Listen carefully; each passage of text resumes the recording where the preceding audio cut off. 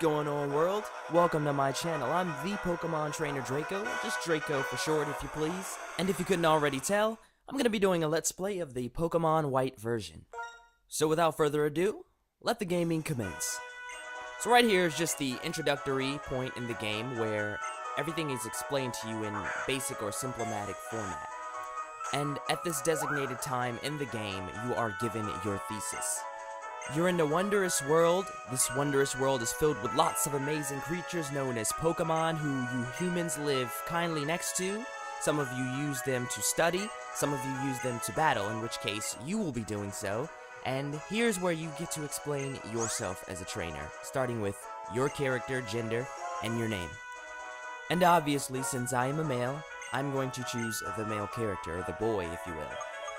And while I'm typing in my name, allow me to introduce myself a little further. My name is Draco Rush. I originated from Blackthorn City, which is located in the Johto region. Was encouraged by my parents to move into the Kanto region with my Uncle Lance at the time, who I did then hesitatingly follow. Upon my arrival, he did convince me to accept the Pokemon League challenge of the region, took me to Palatown, pointing me into the direction of a Professor Oak who was fabled in my homeland of Johto. He explained that that was where all young trainers got their start, left me with a young Dratini, and left. I was so nervous, just to say the least. When I met Professor Oak, he was completely awesome. I told him about my desire to collect all of the gym badges and then make my way to the Elite Four, where I would reunite with my uncle, who after I revealed to be the legendary Lance, left the professor awestrucken and inspired to give me my very first Pokedex and a choice at 3 special Pokemon, whom to all of the young trainers in the region were given. And after taking my pick, me, Dratini, and Charmander began an adventure that would last a lifetime.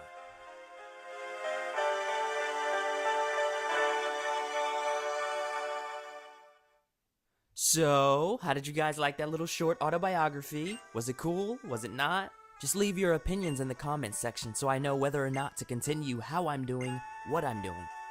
So where we are in the game, I am up in my room with my friend Sharon. Bianca just arrived, who we've been waiting on for I don't know how long. And Sharon, who I like to call the Exaggeration King, is a bit peeved about this because he apparently sees how often Bianca is late for anything. Hey Sharon, cut her some slack. At least she had enough sense to apologize for her tardiness. And after Sharon and Bianca come to a consensus, I get the first choice of the Pokemon that are inside this gift box that was left for us by Professor Juniper. So right now, if you decide that you need to increase your tech speed to fast, or perhaps save before you see your Pokemon's gender or nature, now would be the perfect time. And now that that is completed, let us see who we are working with, shall we?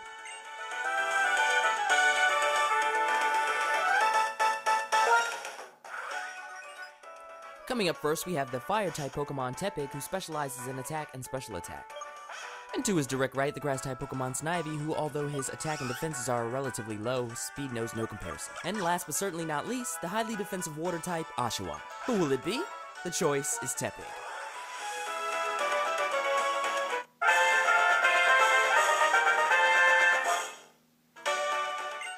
So for those of you who do not know, Sharon will be the equivalent of the rival you've had in pretty much every other game.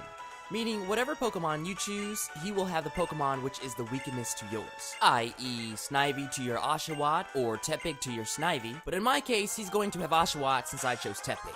Now, Bianca, on the other hand, is going to choose the Pokemon that yours is the weakness to. So you guessed it, if I chose Tepig and Sharon chose Oshawott, she chose? That's right, Snivy. And if all of this does not make any sense to you whatsoever, do not fret because in the very beginning of the game, everyone's Pokemon is level 5 and therefore does not know any type moves. That of course would be super effective against another's. And in this case, it makes it sort of unnecessary to have to use the secondary move that your starter Pokemon comes equipped with. And that would be your Growls, your Tail Whips, your Leers, I believe. Any move that diminishes another Pokemon's stats. In the act of battle against a Pokemon whose moves are super effective against your own Pokemon, it is completely understandable to decrease the opposing Pokemon's attack so that it does less damage to you, or to diminish that Pokemon's defense so that your attacks do more damage to them. But since that's not the case as of now, I'm just going to use Tackle the entire time until I take out the opposing Snivy. That's a battle well fought, and if won, you should gain a handsome XP boost, and of course an additional 500 Pokebucks. Now what happens to your room, on the other hand, I have to say, it's less fortunate. It's utterly thrashed, but in the joyous momentum of the battle that just took place, Bianca's too happy to apologize for what's transpired, and I understand because half of it is technically my fault. But how Sharon has the magical ability to heal our Pokemon, no one can quite explain. Just where did he learn this? I would love to know. Do you know how handy this would be when traveling from city to city? But regardless, don't worry about having to battle twice consecutively because you haven't gone to the health center. That won't matter.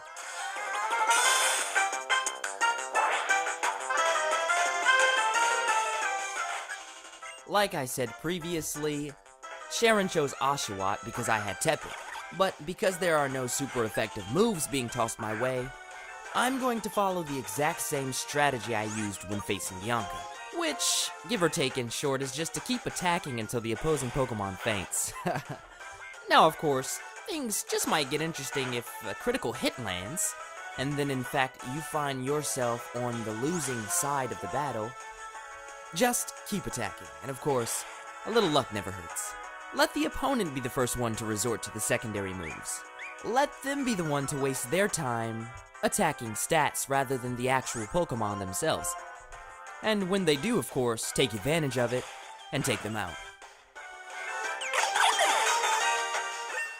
If you do this, of course, you'll have your easy second victory, and your Pokemon will have a guaranteed level up. With, of course, a little bit of extra on the end to compensate for the lack of leveling up previously. And now Sharon doesn't feel entitled to apologize for further messing up my room because, of course, it was utterly thrashed before. In fact, they actually descend down the steps, leaving the mess all to myself. But of course, Mommy knows best and confronts them about all the noise and ruckus that was carrying on upstairs, and they have no choice but to face the consequences and get their Pokemon taken. Just kidding. Actually, somehow we're blessed with the coolest mom in all of the universe who says not to worry about it because she will take care of it later. Let's be real, whose mom actually does that? And then to add more confusion to the chaos, she confronts us and actually heals our Pokemon. So once again, you don't have to fret about not being able to go to the Pokemon Center, which, like in all games, is in the next city, which is always about 5 wild Pokemon away. Which we don't have to wait until we clean our room to get to, because Mom's gonna take care of it. And even after showing no respect for the room I just messed up, or for Mom who's gonna clean it, she still gives me a fancy gadget X-Transceiver, and I leave. Now upon leaving, I'm gonna make my way to Bianca's house, who hinted at me to follow her when we were still in my house, because what you'll find in her house is imperative to the story. Mom's disappointed, Dad's furious, Bianca wants to go on an adventure? What? An adventure? How insane is that? And even though she just had her dream stomped all over and she's wiping her tears away, Bianca exclaims that it's okay. So we're gonna go meet her at the lab. Now keep in mind, if you don't visit Bianca's house before making your way to Professor Juniper's lab, Sharon will not hesitate to send you back. But now that we're all three together, let's go ahead and meet the professor. Unintentional rhyme for the win. So, as it appears, the professor has been expecting our arrival. And because her short-term memory isn't quite the best, she decides to introduce herself to us once more. Her name is Juniper, she's a Pokemon professor, she studies Pokemon of course, and for some odd reason she seems confused because in all of her years of experience, she's never ever seen Pokemon cling to their trainers in so short of a time. She asks us if we would like to name our Pokemon, but since that's not my thing, sorry guys, I'm not going to. Either way, she blesses us with a Pokedex and gives us a very special mission. What could it be? Sharon the Bookworm, of course, already seems to know, and for the sake of the Let's Play, we're pretending not to. Now, for all of the newcomers, a Pokedex is a high-tech encyclopedia that keeps data on all of the Pokemon you see. The data is expanded once those Pokemon are caught, and the Pokedex is upgraded once all events in the game have been completed, up until your Pokemon League victory, and it then includes all of the Pokemon of the previous regions. But for now, let's just worry about the 155 species of Pokemon found right here in the Unova region, starting with Route 1. And as the professor heads there now, let's follow behind her. Now outside, Mom's been waiting for us, and I knew Karma would come back to bite us for leaving her with that messy room. But on a serious note, she's just happy to see the secondary gift that Professor Juniper gave to us, and decides to top her by giving us a second one too. And here's our town map.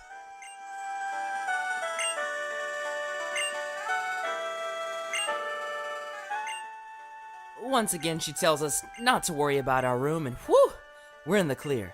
Now, Mom says she'll let Bianca and Sharon's parents know that they're going on an adventure too, so I guess Bianca can feel safe by sneaking away?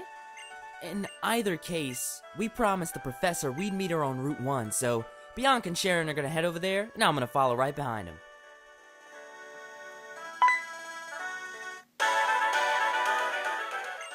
This is such a momentous occasion, even greater than our very first Pokemon battle. Bianca decides it's only right if we take our first step on Route 1 together. And once we do, we find the professor waiting in front of us and decide to see what she's up to. To our luck, it appears as though she's gonna teach us how to catch our own Pokemon, but since she's gonna explain it after, it's no point in watching it. Was that easy or what? But no, seriously, the first step is always reducing the Pokemon's HP.